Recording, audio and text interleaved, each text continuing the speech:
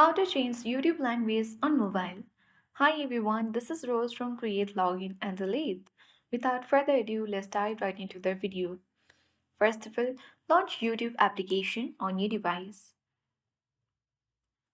Make sure to log in to your account.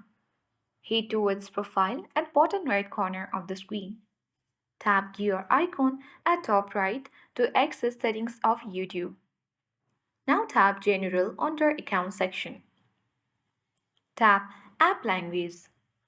Currently, the app has set to English language. Here are all languages.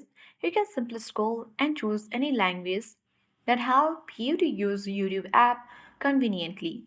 For me, English is the convenient language, so you simply need to tap on the circle icon, and this will help you change YouTube language on mobile. That's it. I hope this guide was helpful. If it was, then do like, share, comment, and don't forget to subscribe. Thank you for watching and see you in the next video.